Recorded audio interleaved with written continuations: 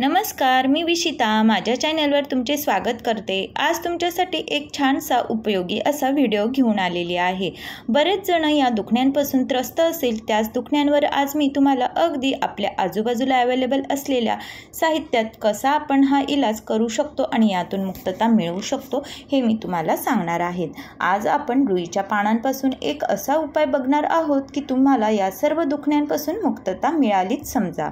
रुईचं पान पाहिलं की पवनपुत्र हनुमानाची आठवण आल्याशिवाय राहत नाही, पण रस्त्याच्या कडेला आपोआप उगवणारी रुई हे एक उत्तम आयुर्वेदिक औषध आहे। जोवर शरीरात प्राण आहे तोवर आपण जिवंत आहोत। चराचरा भरून राहिलेली ही प्राणशक्ती आपल्यापर्यंत कशी येते तर श्वासावर आरूढ होऊन येते। श्वासात थोडा जरी अडथळा आला तरी प्राण कासावीस होतो। साधी सर्दी झाली आणि नाक बंद पडले तरी आपण बेचैन होतो। खोकल्यामुळे रात्रभर झोप लागत नाही। काहीतरी औषध द्या ना डॉक्टर असे कंटाळून सांगणारी कित्येक मंडळी असतात आणि दम्याचा अटॅक आल्यामुळे जीव कसा घाबरतो ते त्या माणसालाच माहिती।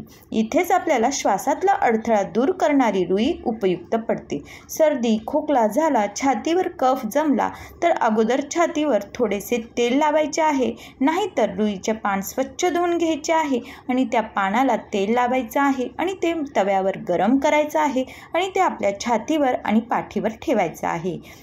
त्यानंतर ते कपड्याच्या साहाय्याने रात्रभर आपल्याला बांधून ठेवायचं आहे।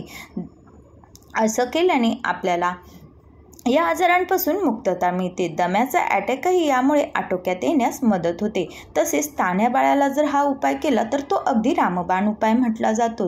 तसे अनेक उपाय आपल्याला रुईच्या पानांपासून आज बघायचे आहेत। चला तर मग आता आपण बघितला की कफ खोकला कसा मोकळा होऊ शकतो। आता आपण बघणार आहोत सांधेवात, गुडघेदुखी, तसेच बलगम, तसेच टाच दुखणे, अशी बरेचसे आपले दुखणे असतात, तर त्यावर हे रुईचं पान आपल्याला कसा उपाय करू शकतो आणि आपल्याला यामधून कसा फरक पडू शकतो ते आज आपण बघणार आहोत।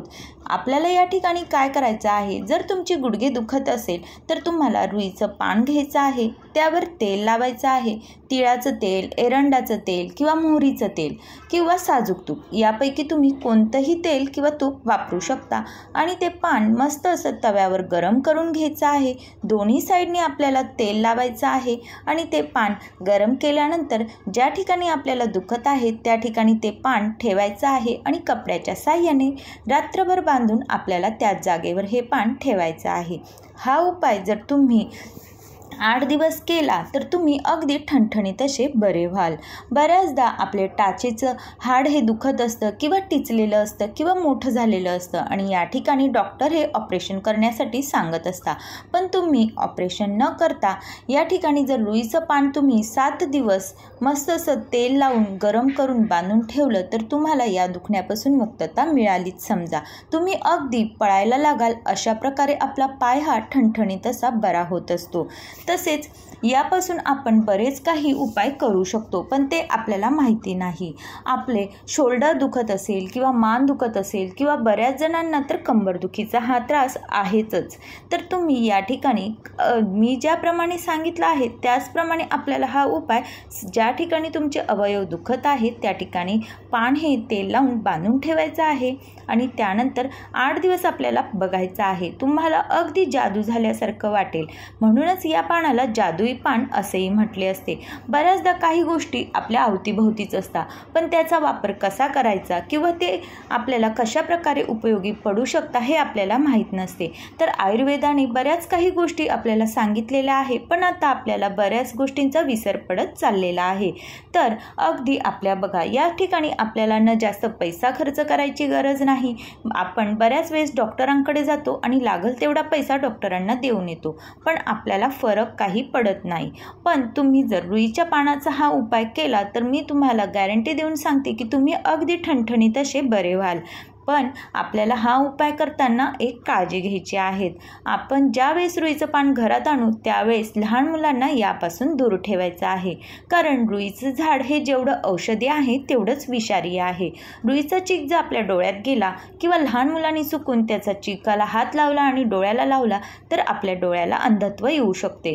तसेच जर तोंडात गेला, जिभेला लागला रुईचा चीक तर आपल्याला विषबाधा होऊ शकते. त्यामुळे आपल्याला या पानांना अगदी सुरक्षित जागी ठेवायचं आहे आणि उपाय करताना लहान मुलांना दूरच ठेवायचा आहे. त्यानंतर ज्यांच्या शरीरावर जखमा असेल त्यांनी हा उपाय करायचा नाही, कारण तुम्हाला यामुळे त्रास होऊ शकतो. त्यामुळे ज्यावेळेस तुमच्या जखमा अगदी व्यवस्थित बऱ्या होतील त्याच वेळेस तुम्ही हा उपाय करू शकता. तर अशीच छान छान आपल्या अवतीभोवती असणाऱ्या आयुर्वेदिक वनस्पतींपासून मी तुम्हाला छान छान असे उपाय सांगणार आहे आणि त्याचा फायदा तुम्हाला जरूर होणार आहे. तर तुम्हाला हा व्हिडिओ कसा वाटला कमेंट्स करून नक्की सांगा. आणि असे छान छान व्हिडिओ बघायला चॅनलला सबस्क्राईब करा. तसेच तुमच्या फ्रेंड सर्कलमध्येही शेअर करा, जेणेकरून त्यांनाही काही दुखणे असेल तर त्यांचेही दुखणे बरे होण्यास मदत होईल. आणि तुम्हीही हा रुईच्या पानाचा उपाय नक्की करून बघा आणि आरोग्यदायी जीवन जगा.